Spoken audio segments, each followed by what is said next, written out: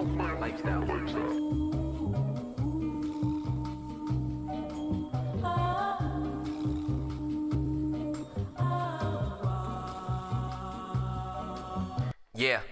lifestyle lit. I've been legit. The motive is in. I'm going again, but I'm going to win. I don't know when to end. Got me needing residuals for the time that I spent. Yeah.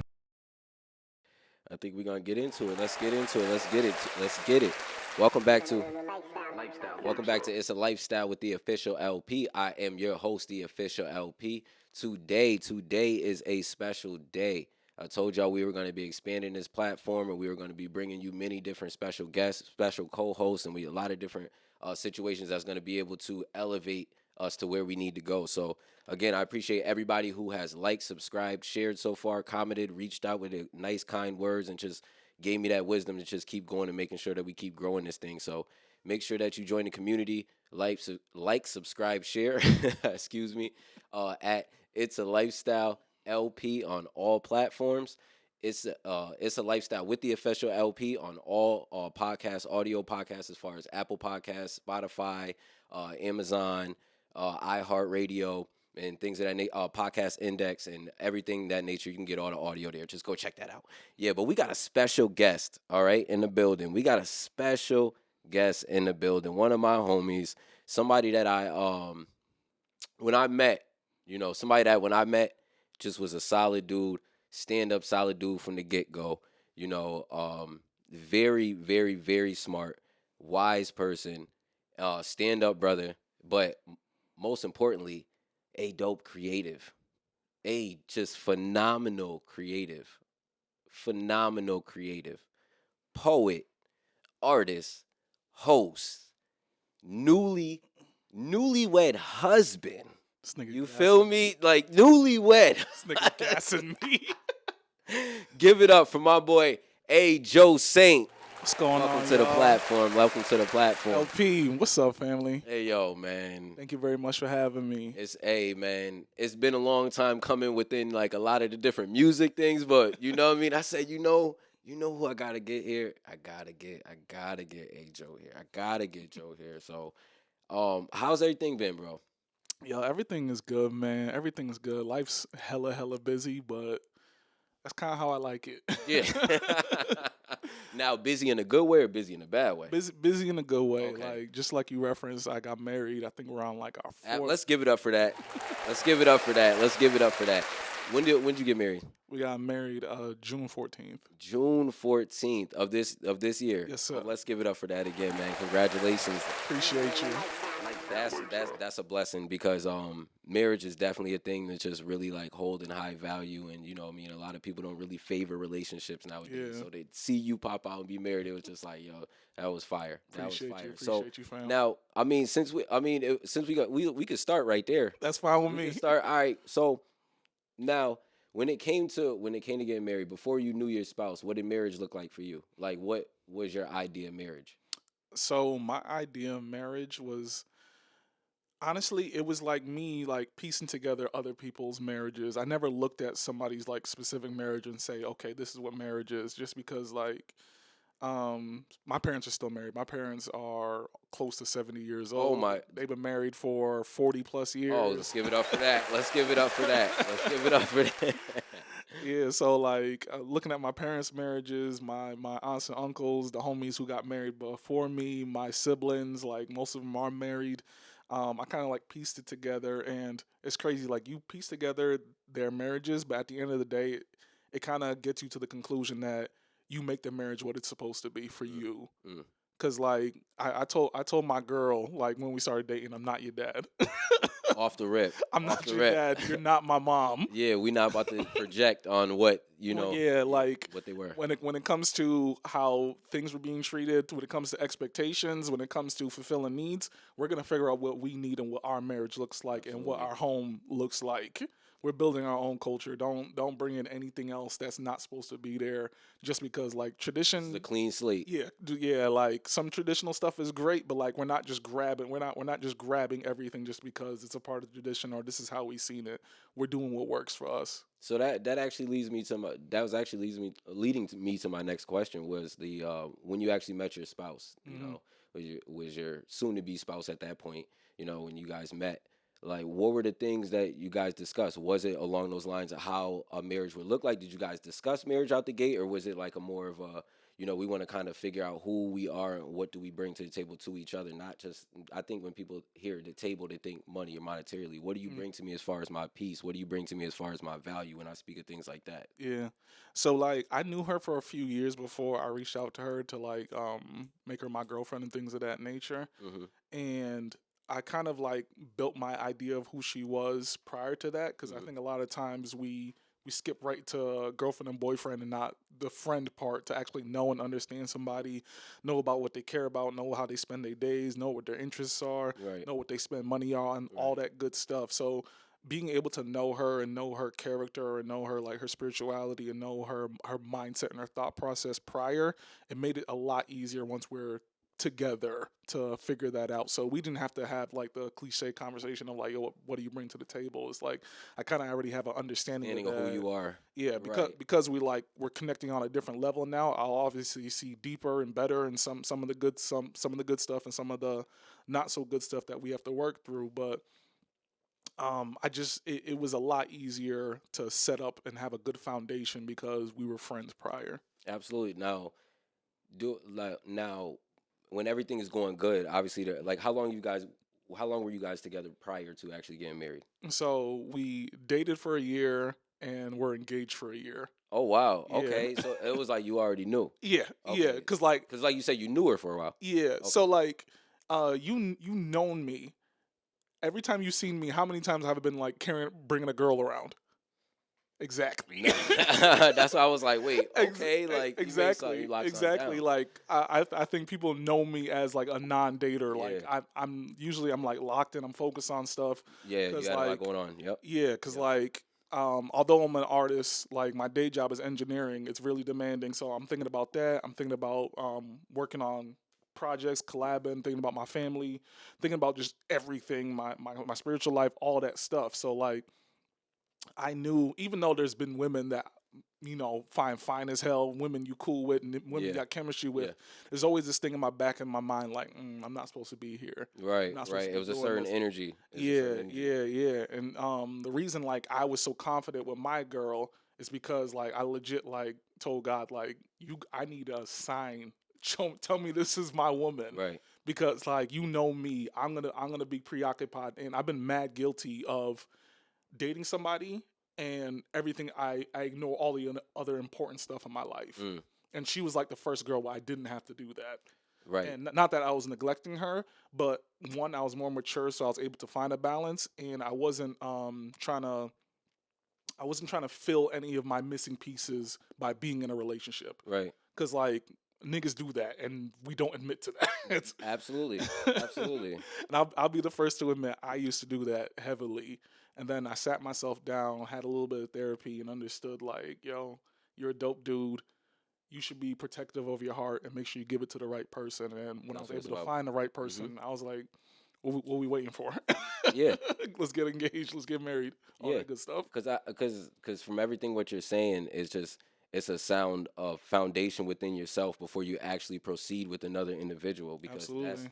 that's some of the similar approaches that I take with myself as well too. Where it's like, yo, I'm gonna make sure that I find me and make sure I find peace within me and make sure I protect that peace at all costs. So that way, moving forward, you're able to bring that piece to a situation and it never loses sight of what that piece looks like. You know, you sought through, you found a solution to it, you know how to get to it, you know how when things go awry or when things go bad, you're able to bring yourself and self-center yourself Hmm. because you took the time to pour into yourself. And like you said, like you did the therapy and you did different things of that nature to know yourself. So that Exactly. way when you're actually dealing with another person, you don't want to just make the situation bad because a lot of people don't know themselves and they end up, uh, for lack of a better term, being triggered, or they end up still having certain traumas built up off of other relationships, or how they dealt with other females, or for females out there, if y'all dealt with males as well, vice versa. In a relationship, when you're actually dealing with somebody, it's like you want to be able to compartmentalize you and that person, and it's a just cohesive cohabitat. So everything you're saying is, I really appreciate that. I would that clarity.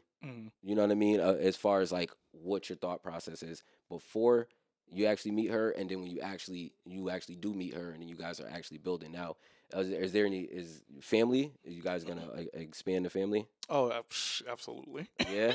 Now, are you like now? All right. So, who was the first one to talk about that? Was it her? Oh, her, absolutely. Yeah. Yeah, she told me she wanted 5 kids. Oh, that's what I was about to say. What's the number? Because there's always usually a number thrown out there. She said 5 kids. I'm like, 5. Like, man, we 30 plus. Man, you about to have a basketball team. We early 30s, but you 5. need to relax.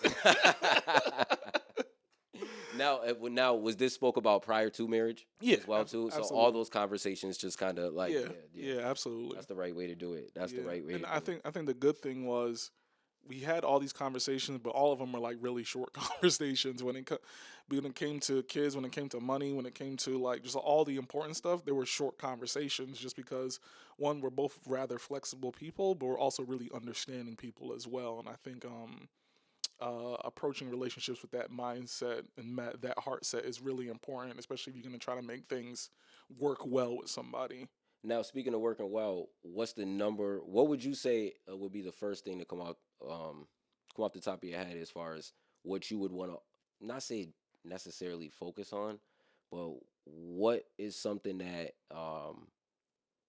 what could hypothetically go wrong with something that you want to make sure you stay on top of, so that it never goes awry. Like, there's I feel like certain women have certain things about them where it doesn't have to necessarily be certain things, but just something within a man where it's like, yo, I want to make sure this never goes awry like this, because I don't want this to affect my marriage, or this, or financial situation, or just the way we communicate with each other, or just you don't want nothing to fall off, or you don't want to fall out of love, or you don't want to, because all that stuff happens. So because I feel like you're a well-prepared person to where you can all. I try to be. Because I feel like where it's like, yo, you can actually take those like measures where it's kind of like trial and error, where it's like, okay, like I want to make sure I check off this. Okay, we like this, we like that. Okay, boom, it's natural like this, natural like that. So where you're not missing anything. To where something actually happens down the line, and where it's like, yo, what did I miss? Like, what did I miss that I didn't really like plan for? Is there anything that you would say, just doesn't even have to be your marriage, but just in a marriage in general, that anyone would think about? So in marriage, like, you guys are coming together to do life together, but don't let those life obligations overshadow finding time for the simple things of just loving each other. Because we both work, both in extracurricular stuff, both dealing with other things, good things like time with family and all that stuff. But sometimes we don't get the chance to just sit down and talk to each other, or sit down and watch something together, or sit down and go on a date or something like that. Be intentional about finding time to do those things. It's not like you're wasting time doing other things. Like, you're doing obligations. You're making sure you got running water and electricity. You make sure there's clothes on each other's back. You're making sure you get enough sleep. You're making sure you're going to the gym. But none of that is more important than y'all finding time to love each other in the simplest ways that brought you guys together in the first place. Give it up for that. Give it up. We're going to give it up for that. Like, yo, congratulations again on y'all marriage, yo. Appreciate you. Oh, man, that's beautiful. Now, your obligations. Speaking of your obligations, you have many of them. You do many of different things. Now, there's a lot of different places we go. We can, hosting.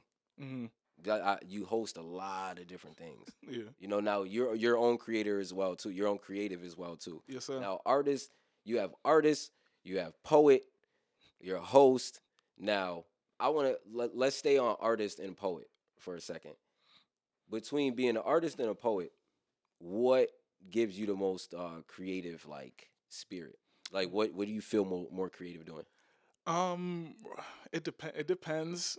Cause like they're related to each other, of course. But I do approach them differently. When it comes to the poetry, of course, I like to hit your heart and I like to hit your mind just by being dope and talking about just important things that have made me ponder, love, life, godliness, trauma, all that good stuff. When it comes to music, or the artistry of it, I like to touch on that stuff too, but like, you get the opportunity to have a little more swagger with it. You get a little opportunity to have a Right, little more right. fun Talk a with little, it. yeah. Talk a little bit more. Yeah, Yeah, and be a little more. You're just as creative, but you're doing it in a different way. You're trying to find something catchy. Like you don't have to worry about something being catchy when you're writing poetry. right, right, You right, don't have to worry about people repeating stuff when you're writing poetry. right. And well, I don't worry about pockets while writing poetry. They kind of write themselves. But when it comes to when you're working with other artists and you're working to an instrumental and all that stuff, you gotta dip and dig out other pockets, else you can sound repetitive even if your stuff's good. Yeah. So that's I would say the music side, just because it requires more out of me. It makes me think about it a little differently, and once everything like clicks, it feels like extremely satisfying, and I feel super accomplished. See, that's the thing, because that's that balance of like I always want to know that, because like you can go, because with your poetry, like you're able to go. I've seen you go. I feel like yo, we done been there all night, like 2 hours, yo, and he can go and recite something, yo. He don't got no problem, like remembering anything. So I think that actually is a benefit to you when it comes to just like when you're actually making music, Yeah, because I feel like as a writer, when you're actually in the studio and you're going through that process, when you catch that actual zone of that pocket when it comes to like a melody or a song or something or an idea, mm, instead of going line by line, I feel like it may actually, write itself a little bit faster because you're used to writing long form and you're kind of able to just go and just, in certain pockets as yeah, opposed to just, okay, you think in line, okay, what comes at all right, boom, what's going at the, and then, because you have the times where it's just flowing, but yeah, for me, like, it flows, but then you have the times where it's like, okay, I just went those 2 to 4 bars, just boom, that came out, okay, where am I changing it to after that? Oh, yeah, now that's flowing, but I just feel like the fact that you have the poetic side to you yeah. just gives you that benefit. Yeah, no, absolutely. I do appreciate how they like work hand in hand. So like, because I spoken word poetry, it impacts my music, and my music impacts my spoken word poetry as well. Hmm. So it's a good thing. And I didn't want to sound like a spoken word artist who just found some beats. I wanted to sound like a rapper when I'm Right, rapping, right, and a right, spoken word artist while I'm doing spoken word. right, right. So, I mean, have you ever thought about doing like a whole spoken word project?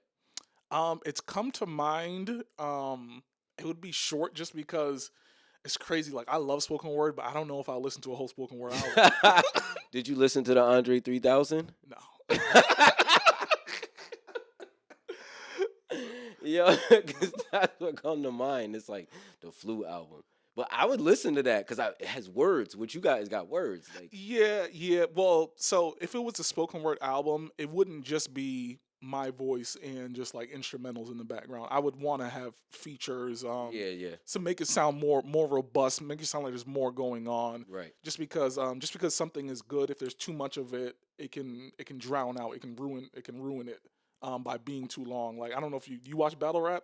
Yeah, If somebody's round is way too long, yeah. Now you just missed a lot of what they did. yeah, Yeah, yeah, and when people do super long rounds, not all of it is super good. nah, So people are gonna forget the super good parts, and there's gonna be lulls in it. And yeah. the same thing can happen with anything if something's too long. Too long, Yeah. absolutely, and that's kind of what they were saying about Cardi's album, in general, and just a lot Mhm. of long albums when people put out long albums. Yeah. But that's the one recently that I was hearing, just that it's a little too long. You know what Yeah. I mean? So once you get past to what you actually hear, you just kind of get, like you said, lulled out. So Yeah, yeah, and then that's the thing about the streaming era where people just bloat their albums, yeah, and it's not like we didn't have long albums before, like Biggie 1921 tracks yeah, on and on was it Ready to Die, yep, and Life After Death. Life After Death, Yep. yeah, because I think one of them was technically a double album, so mad long, but like every song had like intention behind it. But now it just feels like there's the singles, there's the B-sides, and then just random tracks thrown in Because they're just to recording. bloat the album. Absolutely, because it's coming in, a lot of the streaming games are being played, and there's not like a lot of passion being put forth in these songs to be like, okay, this song, this song, this song, this song, because a lot you used to always hear a lot of artists be like, yo, these songs are my babies. Like Yeah. these are my babies right here. So but all of those songs end up being classics. That's why we got the good classic albums. But like you said, they're just being bloated and they're being fluffed up, and Yep. that's a problem within itself. Absolutely. That's a problem within itself. So I can see why, when you're talking spoken word, you don't want to drown people out. It'd just be short where it's like, okay, now you can come back for more. Oh yeah, no, absolutely. I used to write like 7-minute poems. I used to write hella long poems. Now you're lucky if my poem's 5 minutes. Like, okay, I'm at 3.5. Yo, average. so when you're writing 7-minute poem, Yeah. like, because I know for me, like when I'm reciting the verse or if I'm writing, like I got to start over from the top. Yeah. Yo, how long is that taking you if you really mess up and you're like, yo, I need to take that back from the top? I'm not taking it back from the top. Hell no. You at the 6-minute mark, you take it back from the top? Hell no. Yo, because that would be crazy. That would be crazy. Like that's but that's why I said that's the test that speaks to like who you are and like what you do, because you're able to just remember that and recite that like off the top of your head. Like, because you go deep and you go into a lot of different rhyme schemes and a lot of different patterns. It's just not just like, hickory dickory dock. Yeah. Like, it ain't that. Yeah. Like, it's definitely more intricate. Now on the artist side, do you have plans of doing a project, releasing a project on the artist side? Oh, absolutely. I know you released a single. I told you I'm getting into the single. I'm playing that in a second. We gonna play that. Hey, we about to play that in a second. Definitely check it out. But yeah, no, absolutely. I unfortunately I have a few half-finished projects. I have a half-finished. Wait, half finished? You sound like me. Go ahead. Yeah, I got half-finished projects. I got half-finished songs floating around. I got this collab joint with my boy Swang. Shout out to Swang, yo. Shout out to Swang. Swang sent me like 6-7 beats. I sent him like 3 finished songs. I'm trying to finish the rest. And they're just kind of sitting there. And honestly, my thing about it is my artistry, the creative juices comes in ebbs and flows. Yeah. You know how it is. Like, sometimes you're just not feeling creative, or sometimes your mind is just on other things. Yeah, it's on other things. Life. Yeah, as well as I don't have like a dedicated like mix and master. So like I have these songs, but like I'll do a little bit of my stuff, but that joint's not gonna sound like you want it to sound the way it needs to sound. Yeah, exactly. So that's the thing that sometimes slows me down from like really jumping on this work that I want to do. But now my mindset is kind of like make the stuff, and then when the right time is the right time, you'll get the stuff mixed and mastered and be able to put out a project. But yeah, no, I have a bunch of unfinished stuff. Oh yeah. I have a bunch of finished stuff and unfinished stuff. So when you drop this joint right here that I'm about to play, this Words to Take You Home. Yes, sir. Make sure y'all go see it. Make sure y'all go check that out. It's on all streaming platforms, right? Correct. All streaming platforms. It's on YouTube. This is what I'm pulling up on YouTube right now, or whatever. Y'all gonna forgive it for the mixer or whatever, because it's not playing through the actual system. We gonna just play it out, and y'all hear it through the microphones. Hopefully don't get flagged, you know what I mean? Like, his people may copyright us. He may just take us down. He may just strike us down. Words to take us down. Nah, but Words to Take You Home featuring Monique Hilton. Yes, Am I sir. saying that correct? Yes, sir. Yo, by Ajo Saint. Make sure y'all go check that out. We're gonna check that out right now. I'm gonna pull that up. Let's get into that. I would just like to say thank y'all for rocking with me today. It truly means a lot creating moments with all of you. Moments I know I'll never forget. Lifestyle. Life is hard, and we never know what we're gonna find when we go back home. So this feels like escapism. I hope you see this as a parting gift from me. Yeah, they said better days. I could use some better days. No diff today. Crumbs and curses. All I've known. What can I say? Hey, we run from serpents that creep on surface. Run and worship to what numbs the nervous. Worth embedded. I struggle on earth and dreams with curtains. Trying to fall home but lost my service. Trying to learn self. They said I'm worthless. What's my purpose? Need God's word but I can't read this in cursive. Got me thinking about the pistol stash in the glove box. Still saying I need some help. My soul's in a tough spot. So I'm praying this news not wins. Lord knows I ain't new 2 cents. Friends see my soul been dim. And seem so warm within. Wither away, ain't winning today. Came to grips with the sad and eyes. A roll of punches, sensual lunches. Now my hunches. Despair finally got you, guy. Can't duck the smoke, got no more tears to cry. Feel the breathing air, no more fear is time. Lost self, I won't make it out alive. Goodbye. No sayonara. Yeah, that's what I'm talking about right there. Hey, words to take you home. Words to take you home. A. Joe Saint. A. Joe Saint. Hey, give it up for that right there. Hold on. Now, I wanted to get into, like I said, when I seen this drop, I said, yo, the cover, and y'all will see the cover on the screen. When I seen this drop, right, I said, yo, I thought this was a project. I thought this was a whole project. Like, this brother gets down, and, like, the way that you put everything together and the way that the music is together, whatever, and I will make sure, like, please forgive the mix. If y'all's here to, like, the next episode, we'll get all the audio right or whatever, so that way you can actually hear the real music and you hear the singing and just everything that is, like, intricate to the track, which makes it, because it's a lot, like, you saying a lot, you know what I mean? There's a lot going on, and I just want to ask you, what was the inspiration behind release? Like, first of all, the track. What was the inspiration behind the track? How did it come about? And then what made you want to release it independently? So I wrote this track, I think, back in 2023, and it was inspired by the instrumental. I'm always like looking online for like lo-fi and just vibey, jazzy stuff. I just like to listen to that in general. Mm-hmm. And this one hit me. And when I'm in my car, you might be listening to a beat and you might just start humming something or mumbling something or singing something a little bit. Right. And I was listening to this beat. It's by this dude named it's Yogic. I don't know if it's Yogic or Yajic, but his stuff is excellent. His stuff is crazy good. And I was just humming it like, "Where's to take you home?" I'm like, "It sounds kind of fire." Let me. I did, because that's something like that's hard. And it's funny. I was humming another song to it, and then it just kind of like converted. The lyrics changed eventually. It's actually Kanye's "Wonder." And I wonder, do you know what it means? Yeah, and it's that's find your dreams come true, words to take you. Oh, fire! Yes. Fire. Let me get him up. You see the creativity. Yeah. Well, yeah. Shout out to Ye. You know he's insane right now. Original artist. I think his name is like, because that's obviously a sample. I think his name is like Lambi Cipher or Cipher or something like that. He's a genius. But yeah, it started off like that, and I'm like, let me build more of this. So my content commonly, I like to just talk about real life stuff, and of course, I was writing about depression, writing about struggles, writing about how you see yourself, all that good stuff.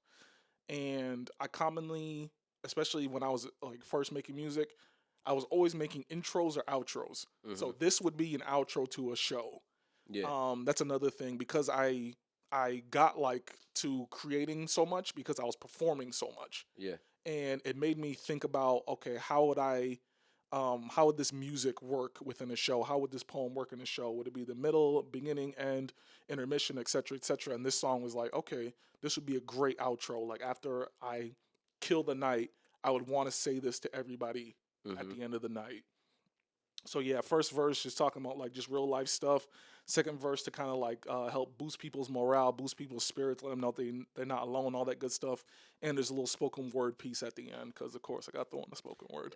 Of course you got to throw in the spoken word. Now, that brings me to, like, let's give it up for that again, though. Let's give it up for that fire track. Make sure y'all go get that. Words to Take You Home featuring Monique Hilton by Ajo Saint, all streaming platforms across the globe. Make sure y'all get that. Run that up. Hey, help a brother monetize. Monetize the art. You know what I mean? It's great art. Now, when you with this music and like how you said, like how you have to wrap it up with your spoken word, or you'll throw, if you do some spoken word, you'll throw like the music on at the end and stuff like that. Mm-hmm. So with mixing, hosting, and I see that you do like different shows, and you've been moving around, and just kind of and moving in different pockets that like I really respect because Appreciate you. you're really a creative, natural creative. You're a natural music goer. You're a natural just artist. You know, like you're really in these different communities and just different variances in different states, small little cities, and just that's the best. That's the best thing you can do is because you're really spreading yourself around there and spreading yourself and spreading your name around naturally and organically. So Appreciate it. with the hosting, tell me a little bit about the events that you host and tell me where they kind of contrived from, where you kind of got the thought to do it and what was the motivating factor? Yeah, no, absolutely. The first shows that I hosted, it was pretty much people hearing my poetry and there would be poetry related stuff. So they were like, yo, can you host this show for us? Like, you do poetry, you would know what to look for and experience and enjoy. My first, like, consistent one was at the Artist Cafe, RIP to the Artist Cafe. Oh man, That was an Artist Cafe. that was an era. Let's shout, give it up for the Artist Cafe. shout out to David. Yeah.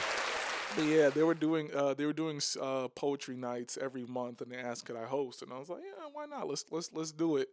And it became a thing. Like people looked forward to it, and it wasn't just like young black kids. There was like 60-year-old like retired white. Oh, so you had all different age Yeah, groups. like Yeah. like everybody like showed up, and it was just dope. That Yeah. it became one of my favorite like nights of the month because it was a time where I could enjoy poetry, and I really love listening to other people's poetry, Yeah. live especially.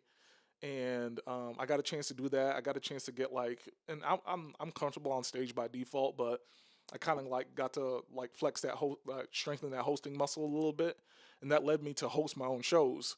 So when I was doing Angel Saint and Friends, I was curating, hosting, and featuring. Everything. Yeah. Yeah, so it was all one man show. Yeah, no facts. I did have homies involved because I needed to break it up, but yeah, Yeah, no. you got to do it. You got to get it done. You got to get it done. Yeah. However you get it done. Yeah, and that showed like I was able to just have dope ideas, and the crazy thing is like even though like those shows they weren't crazy expensive, but like I usually ended up in the red, but people would see that stuff because I would make sure it's filmed. And that there was a recap. Shout out to Darius. Shout out to Visionary X for holding me down with the Yo, visuals. shout out to Darius. Yo, Darius, that's a hard working brother right there. Seriously. Hey, yo, Darius. Yeah, come up here too. You already know. Seriously, but the fact that people were able to see that because that was a proof of concept, Yeah. people would pay me to host. People would pay me to curate certain things. And it wouldn't just be individuals; it'd be organizations, and they'll throw money at you. So it's like, okay, I'm in the red for my own shows I throw, but that's just a proof of concept. That's just to show people what's happening. So next time I can do this, get paid for it, and no money out of my pocket. So, Right. yeah, so that's how the hosting came.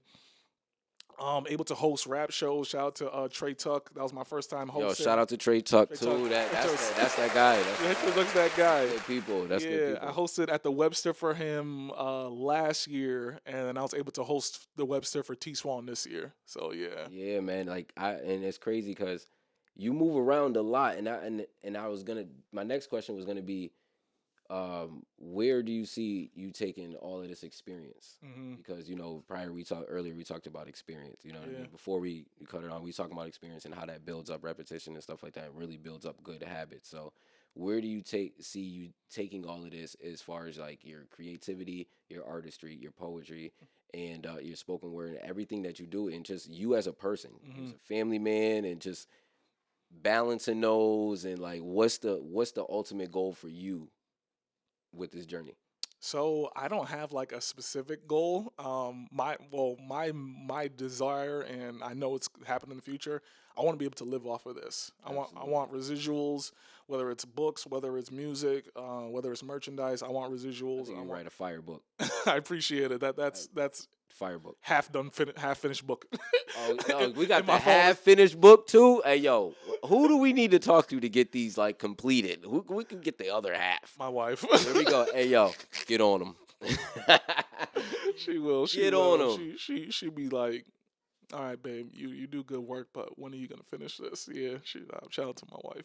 She be holding me down, but yeah, definitely to be able to live off of this, because despite of the world being a mess when it comes to the music industry, despite like AI taking over in places that it's not supposed to, Absolutely. like I still believe in my heart that the true human being, the human spirit, the artist will never be emulated. That it just can't be taken over. It don't matter how smart a computer is, it can never be taken over. It can never. Especially because like AI is only in computers. You can't have an AI in a live event. No, Like, you can't. You can't. Yeah. You're pretty much putting something in a system, telling it to formulate something, but you can't really um relay raw human emotion. You know what I Exactly. mean? When somebody like I don't think an AI would be able to, for example, to be able to mimic Keisha Cole when she sang Love. Exactly. You know what I mean? With that raspiness and that emotion and Mhm. that feeling, or even another love track, Music Soul Child. Yeah. Hit that high note at that part. I don't. AI is not doing that. AI No. is just gonna keep it steady, and it's just as of right now because they're developing at a high rate, They are. and people are giving their information away, and they're giving They their are. name, usage, likeness, and everything to them. Legit. You know, like and everything that they sign up for. So when it comes to new phones and new apps and all these like they're really redoing their policies and terms and conditions, and we don't even realize. Like I don't even see it. It's Spotify. Did you hear about Spotify doing that? Yes. Spotify is bad business. Like Bad I'm even business. considering taking down some certain things because if they're gonna be in control of now, like our tone and what they can remix your music. They own your music pretty much. Yeah. Straight out. They're gonna own your music. They're gonna own your whole voice. They're gonna be able to do whatever they need to do with it, and they're gonna be able to put it in their AI forms, and they're gonna be able to make artists. Like you can see the way the industry is going. The industry found their way to take over. They did. They found their way to take over. Like they were trying for the last few years. They've been trying for like the last decade with this streaming and the way independency has been going up and people trying to branch out and do their own labels and stuff like that or whatever. But they found a way to take over, and it's with AI because they're going to be able to pump out their own artists, and it's crazy. They're going to pay themselves. Yeah. Pretty much. Pretty much. Pretty much. It's crazy, but not to go on a, you know what I mean. But that Yeah. can go deep because that's the passion, and that's what we're saying. Or it's like when you actually have like that passion to actually do those things, like you get into these conversations, you know, with other creatives where it's like this is something that's major. You know what I Yeah. mean? Like this is something that really matters to us. You know, like when you're actually talking about when we talk about what you want to do going forward, Yeah. and different things like that. This is impacting it. This could Absolutely. be an actual roadblock to what we're trying to do. Absolutely. You know, so we got to take it over in different spaces, and we got to just make sure that we're showing up for ourselves as creatives and making sure that we just keep pushing. Absolutely. Like that AI is different. It's On- really different. On another music note, what you think about the Bad Bunny situation? It shouldn't be a situation. Yo, Bad Bunny. All right, so you've been living under a rock. You just didn't catch the news in the last day or so. Bad Bunny was announced as the Super Bowl halftime performer. I think that Super Bowl is taking place in San Fran. I want to say San Francisco. Probably. I have to check or whatever. Y'all can double check me in the comments and correct me, all that good stuff. But oh yeah, don't forget, like, comment, subscribe, share. You know what I mean? It's a lifestyle. Hit that notification bell. You know, hit that notification bell, like Joe said. You feel me? Words to take you to the notification bell. But Bad Bunny was announced as a Super Bowl halftime performer, and I don't know. I don't think he's catching backlash, but it just seems like I don't know. It just seems like our culture has a problem with Bad Bunny being announced as the Super Bowl halftime performer. Now, what did they expect? I mean, like, what's people's criticism exactly? So they think that I've seen people go as far as to say that they're not going to understand what he's saying, which is it's like that's a sorry excuse. They feel like he hasn't deserved it and he hasn't exactly like earned that status to perform at the Super Bowl, and they feel like Jay-Z's kind of just pandering to pretty much what he was accomplishing because he was just in the news for making history for selling out all those shows in Puerto Rico, which I think is a momentum thing. It's the same thing they did with Kendrick. It was a right place, right time. It's right place, right time, and a lot of the criticism that I've seen has just been about they're not going to understand the music and people don't know Bad Bunny's music. That's all I can. But it's that, and then it's a whole bunch of he should not have been selected. But there's never really no there's never no deep reasoning. I don't have it for you. Yo, if y'all can tell me why y'all don't think Bad Bunny should be, please put it down there and educate me. Because again, it is a lifestyle, and I need to be educated as well as I'm trying to educate y'all. Let's do this together. Like I said during the Fill pre-show, me in. Fill me in. what else does a nigga got to do? Bad Bunny has he's been hitting out the park since he's Shout out to Bad existed. Bunny. Shout out to Bad Bunny. Like he's easily one of the biggest artists in the universe. He's Absolutely. pretty much Spanish Michael Jackson. Absolutely. Like Yes. I think people's beef with him is because he's technically foreign and because he's mad young. That too. Because like I looked it up before the show. He's only 31. I don't know if anybody younger has ever performed at the Super Bowl. Super Bowl, right? And they probably think like somebody with more of a longer rap sheet, but like he has albums. But who are you supposed? But with a longer rap sheet, who are we supposed to like? But it's the time for another culture to take over because. Yeah. Come on now, are we just gonna complain because it's not another? I mean, like, and Puerto Rico's a part of the U.S. That's what I'm saying. But it's like, are we gonna complain that it's not a black act? Or we had them. They were crip walking. They was crip walking at halftime, yo. They were. Shout out to Snoop. Like, and then we got Kendrick Lamar that came back and did the whole Drake, diss with the PDF. Like, Yeah. are you killing? Yeah. The A minor. Yeah, that's nuts. They gave us that whole thing. They gave us Beyonce multiple times. Yeah. They gave us Bruno Mars. Who else? Who was before Kendrick? Usher. Wasn't it Usher? Yes. They gave Usher was roller skating out there, yo, kissing Alicia Keys or hugging up on Alicia Keys. Like, yo, what more do we want, yo? Like, Yeah. it's time to the names that they were gonna throw out there was Adele and Taylor Swift. Yeah. That's what they were saying at first, and it's like, and if it would have happened, I wouldn't have been mad at it. Yeah. Like, it's somebody else's turn to Yeah. do it. Like, Yeah. from another, like, let's be real, another culture, like another kind of music Yeah. genre, I would say. Yeah. No, Like, absolutely. It doesn't need to be about the skin color. So I just remembered. Bad Bunny hasn't been performing in the U.S. Did you know that? He's been in Puerto Rico for like, Yeah, but there's a specific reason. He hasn't been performing in the U.S. because he thinks ICE will show up at his concerts and start snatching up snatching up people. Oh, okay. And so some people were like, "Okay, you will." You're gonna lead them right to where they. But the thing is, it's a Super Bowl. Like tickets are $7,000. Like there's no Hey, yo, there's no illegal immigrants gonna be at the Super Bowl. I promise you, this is gonna be the upper echelon of the upper echelon. Literally. and kids Literally, pass down inheritance of getting these literally. I've been trying to look up Super Bowl tickets like for the longest time. I'm gonna have to look them up. I'm gonna start putting them on layaway right now for 10 years from now. And they're gonna be 10 times more expensive. Inflation's crazy. Yeah, because the NFL don't be playing; they be taxing, and it just be on some like, oh my god, I can only imagine. What? Nah, NBA Finals ain't like that. It's just the Super Bowl that just be on. No, literally. Like- Because the Super Bowl is literally probably one of the biggest events in the universe. The only thing topping is the Olympics. Yeah, easily. And I actually want to go to that LA Olympics. That'd be fire. That'd be fire. Like, cause I always hear about like what the Olympic villages and the villages are and stuff like that out Mhm. there, like the parties and how you could just kind of see the different people moving around. It'd be Yeah. dope to run into like the USA basketball team. Like, what? Fire. That'd be fire. But I could see why the Bad Bunny with the whole ICE situation. That's an interesting point. Do you Yeah. think he would actually kill it though? Absolutely. I think he would kill it. That, too. I that think he would nigga's kill super it too. talented. Yeah, he is. And I don't understand the words, but like you can tell when a nigga's talented. Yo, they have translation for a reason. Yeah, They yeah, got- and like when he dropped his latest album or one album ago, I asked my Spanish friends about it because people were saying it's like the Spanish To Pimp a Butterfly. That's what people were saying. And he said wait, like, Bad Bunny, his album is like the Spanish To Pimp a Butterfly. yeah, I'll have to look it up which album it is, but like between like the musicality and the content.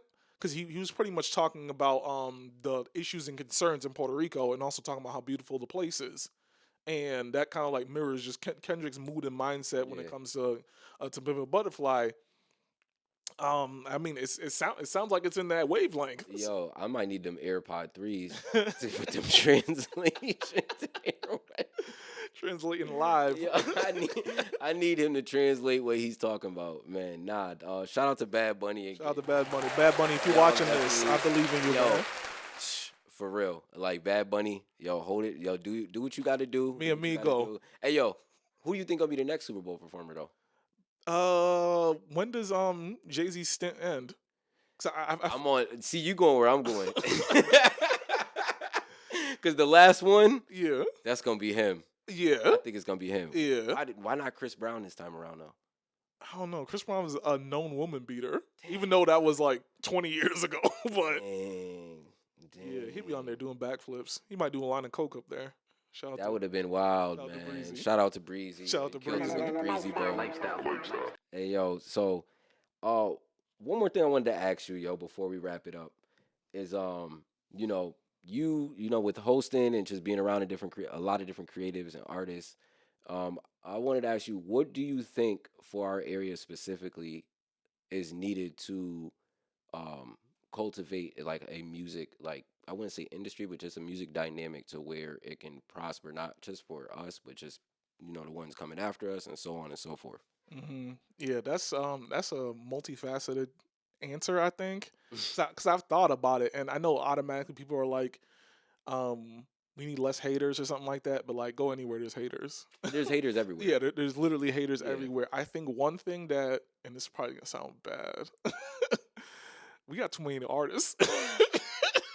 We got too many artists that decided to be artists. Yeah, we got too many artists, and that's what makes it difficult because everybody can't support everything when everybody's doing everything on the same night. And there's only so many nights. And when there's 3,000 artists, there's no way to support everybody. I think we're getting better on getting financial support via the different organizations. Shout out to Tiffany Alicia, always holding us down on that. So I think the money is there. I think niggas need to kill their egos, and I think we need to collaborate more. I think people need to be willing to play their positions instead of having everybody want to be the superstar. Absolutely. Or at least like give somebody space to be the superstar one day, and like you play the support another day, because that's kind of how it is. Like, I think Kendrick Lamar, one of the greatest rappers alive, he was the hype man for J-Rock. Right. He was Like, J-Rock's hype man. Yeah, so like it's not only like it's not only like being in a humble position for another individual. You're also learning and growing and finding understanding, and you're working well and all that good stuff. Like, if we're able to just support each other in ways than more than just showing up and more than just sharing stuff and blogs and all that good stuff, when we're able to kind of like real life play our positions and be willing to switch positions as needed, I think we'll blow up. Yeah, and to know it takes time. Do you think that that comes from like lack of examples? Like, because a lot of people don't know how to cross collaborate. They don't know how to tuck their ego when they see another ego, or they see another, where it's like a deserving, like, oh, well, this, I might tuck mine to get another opportunity, or just, to make it work, or do whatever it needs to be. Do you think that it's lack of those examples as far as like foundation, to where I say like where you can where I was watching the Pharrell Piece by Piece movie, right? And there was a part that stuck out to me in that movie, to where he said the industry moved to where he was at when Teddy Riley had came down there, and it's like, in that moment I was thinking, I was like, just imagine if we had that to where the industry actually moved to where we were at. It's not going to happen like that for everybody. He was lucky he was being in Virginia, and he was lucky that Teddy Riley decided to go down there and make that happen. But it goes to my point of, do you think that there is lack of examples, because most people already off the rip, based off of their ego, they feel like they know what they need to do. They feel like they know what they're doing. They don't want to be told what to do. They're not open to, it doesn't need to be criticism, but they're not open to direction. So you don't really get those cross collaborative efforts. Like, do you think that's lack of examples? Yeah, I would say so. I would definitely say that's a piece of it. And sometimes it feels like we competing with the OGs as well. So like it's a little difficult. And another thing, like, of course, at the end of the day, artistry is about expression. It's about processing and all that good stuff. But like, A lot of people are making things with their traumas and feeling small and all that good stuff, and they're carrying that like low self-esteem into this music space. That's why the egos are so heavy. It's not that they think they're the greatest ever. A lot of times they just protecting themselves because they're afraid to feel small. And when you're not willing to, when the only position you're willing to play is the superstar, everything else seems like disrespect, and it's not disrespect. Right. We're here to create memories. We're here to create things that are lasting, and not everybody can be the superstar. Not everybody can play the superstar while trying to build something together. Absolutely. So yeah, no, it's difficult, and like that's why like I appreciate like certain people who saw themselves as artists, and then they recognize like, I'm not an artist. Let me be a artist support system. Yeah. Like shout out to Mike Torch. Mike Torch. That's my guy. I know he was saying. That's my guy. I think he was saying like at one point he was a rapper and he said he was terrible. So like yeah, that- he's so now he's a DJ and he spins tracks from local artists. Mike Torch. Mike Torch is somebody who puts on for people, and Yeah. that's somebody who is somebody like yourself or whatever who really like understands and gets it when it comes to being a creative and giving that dedication and understanding yourself, but understanding what somebody else may be doing. So there may be some platforms that you're creating and some opportunities that you may be creating. It's just not all for something that's self-serving. So, like, shout out to Mike Torch again, because Yeah, shout out to I Mike rock Torch. with Mike Torch. Mike Torch, really good dude. Really good Mike dude. Torch, salute. Hilarious too. Yeah, Yeah. he's funny. He gonna be up here. As he should be. Absolutely. But yeah, no. One thing I wanted to add as well, like the fact that like I've played the part of a curator, a host, and an artist. I know how to play different positions. I know how to play the background where you don't even see the person. They worked hard on whatever you're witnessing, but you don't even see You them. don't even see them. Sometimes I'm the host and I'm the one who's bigging up other artists and ushering in, letting the audience know like this person is dope. And sometimes I play the superstar role or I'm the feature, and like all those are all important. You gotta recognize all of them as important. Just because the superstar is the most front facing doesn't mean it's the end all be all. It's a lot of times that's not the foundation of the event or what you're trying to build. It's a lot of people working in the background who do that. Exactly, and that's the most quintessential to anything going is the people in the back, the people who are actually willing to just put that extra work in to, you know what I mean, to make those flyers, to make sure people are comfortable getting to whatever venue you going to, whatever the operation is. It could be a studio session to a show, to making sure that just accommodating your business. So that's fire. I'm of the same ilk that I love to pour into the people who really don't want to just be seen. They just want to help out in any type of any form of capacity. Yeah. So like shout out to everybody who is willing to help out there, because we could really use our help, especially Saint, you know what I mean, Ajo Saint, as he's doing these hosting gigs, and we trying to cultivate just a different experience for people, because that's what we trying to do ultimately, is cultivate a different experience. And yeah, just make sure y'all check us out and just support us. And I want everybody to just always, my thing would be always stay positive to what you're doing, but be positive to what somebody else is doing as well too. True indeed. And I think that would just reciprocate, and I think that we'd be better off, and we just build better learning and building blocks instead, and just wipe away the old ones. Absolutely. You know what I mean? So I know what you're feeling. like, let's just let me give it up for Saint again. Yo, real quick. I missed something real quick. Let me get your top 5 MCs real quick. Top 5 MCs. Top Good 5 Lord. MCs all time. Top 5 MCs all All time. time, That's all rough. time. Is this a subjective or objective list? This is this subjective. Subjective. Top 5 MCs. I gotta give it to Nasir. Nasir is just a monster. Is that 1? Are we going 1 to 5? I'm not giving you an order. I'm not giving you an order. I gotta give it to Nasir. Okay. He's done too much. He started way too young, and he was just out the gate, just incredible. And even now, dropping 6 albums in the last 5 years, like with Hit Boy. But yeah, Yeah. those projects, the Yeah. King's Disease, 1, 2, Yeah, 1, 3, not- 5, yeah, not- and the not- Magic. Absolutely. Shout out to Nasir Jones, the GOAT. Definitely Nasir. When I was really, really digging into hip hop, I loved Ghostface. Oh, that's it. Okay. Yeah, Okay. 'cause he has so much freaking personality, and I think a lot of times we miss that. Like, of course, he's like a lyricist too, but like the '90s were so good is because everybody was pushing the envelope and everybody had a lot of personality. So like, Yes, a lot of when I, style. exactly. Like we have a lot of lyricists. We got a lot of lyricists in the 2000s and the 2010s, but like only a few last just because they had a unique voice, Yep. literally and figuratively. Yep. So I'll give it to Ghostface. Kendrick deserves it. Kendrick's done way too much. Absolutely. Kendrick's done way too much. He came out when I was in high school, and those are like pivotal years. So like, yeah, no, Kendrick Lamar deserves it. Um, subjective. Okay, this is subjective. One of my newer favorite guys. He's probably only like a year older than me, but Wait, three. We got Kendrick, Ghost, and Nas, right? yeah, Kendrick, Okay, Ghost, and here we go. You Nas. said somebody new. I'm like, all right. Let me Yeah, this is somebody. I think I can guess it. Yeah, you're not gonna guess it. I can guess it. Who is it? Tyler, the Creator. Nah. Ah. You know, I was wrong. Shout out to Tyler. Tyler leveled up a lot. Shout out to Tyler. Tyler leveled up a lot. I gotta give it to Mick Jenkins. Mick Jenkins is Mick Jenkins ill. goes. He's ill. Goes. Like, My boy put me on to Mick Jenkins. yeah, Mick Jenkins is crazy. I think he has a modern classic. He's just wild talented. His lyricism is crazy.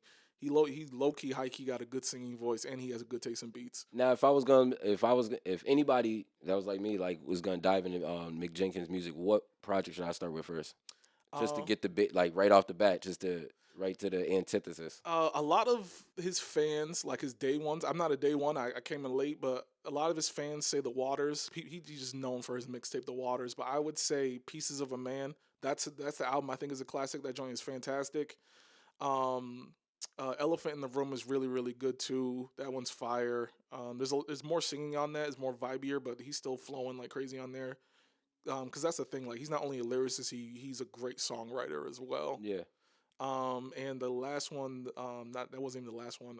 But one of the more recent ones is The Patience. The Patience is super good. Jid is on it. He got Freddie Gibbs on it, and he got Benny the Butcher on that joint too. Okay. Yeah, and low key cleans up all of them.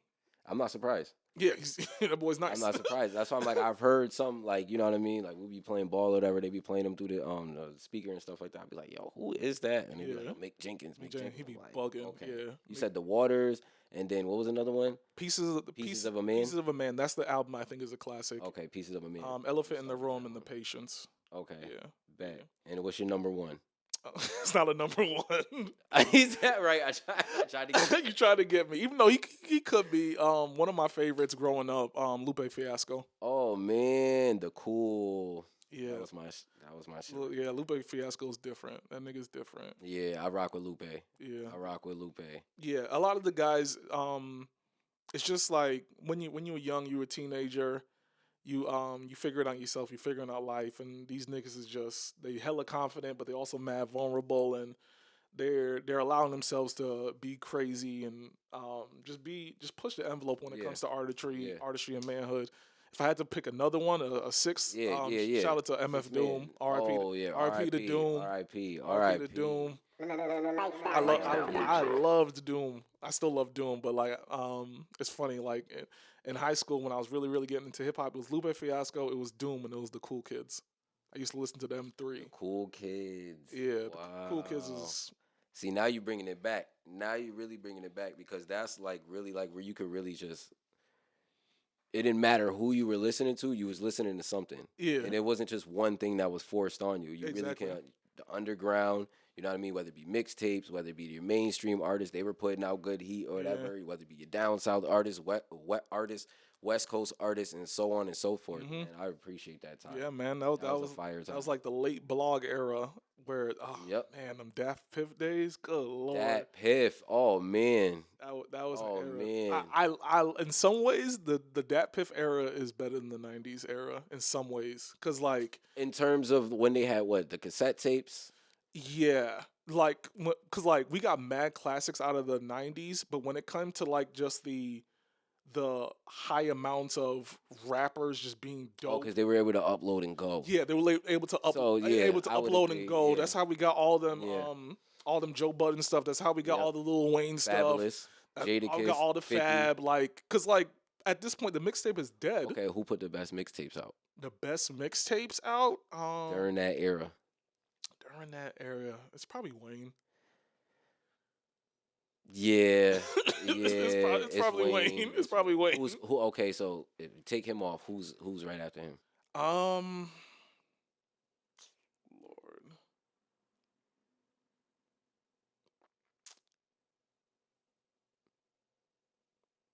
It might be Fab. Yeah, it's probably Fab. I was gonna go. Yeah. I was gonna go Fab or 50. Yeah, it's probably Joe Fab. Budden's up there too. Yeah. But I was gonna go Fab or 50 because 50 went on a crazy run, especially with G Unit. Yeah. They was just dropping and he was just getting on everything. Mm-hmm.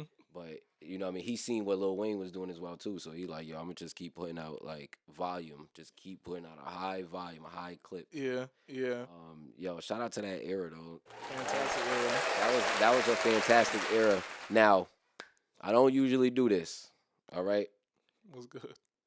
I know you got a good 8 to 12 poem for them for the people that don't know. Yeah. You got something you can give them? Yeah. It might not be a poem because my poems are long. I might give them a few. I got a verse on me. Now before he gets into it, we even gonna end it with it. All right, like tell them where they can follow you at. What's going on, y'all? My name is Ajo Saint. If you want to follow me, please know that I have a website, www.com, ajosaint.com. That's AJOESAINT.com. You can follow me on Instagram, Ajo Saint, or you can follow me on Facebook, Aaron Joseph St. Louis. I love and appreciate y'all so much. All right, what we got for them? What we doing for them today? Lifestyle. Shout out to my boy Martian. I think I wrote this for his track. Shout out to Martian. I rock a Martian too. That's a good dude Martian's right good. there. Really solid, good dude. solid.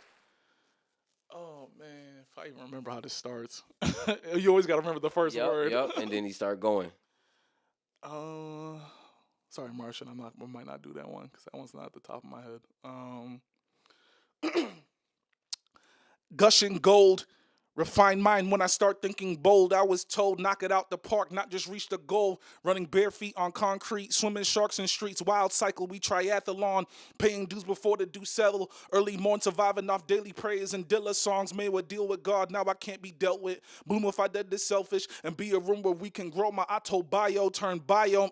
Autobot in my survival. My drive transform. Need mo, fanfo, stocks and properties. Ox cap on walkie talkies. Don't understand but still copy. They cocky. Miss from Maya, I rise lofty. Can sell my soul, some adjacent to Sheol. Can't be me though, shield steady, wielding many, loving plenty, hope, humility. No losses to these people, dope ability. How he glow, it's a Bruce Leroy sequel.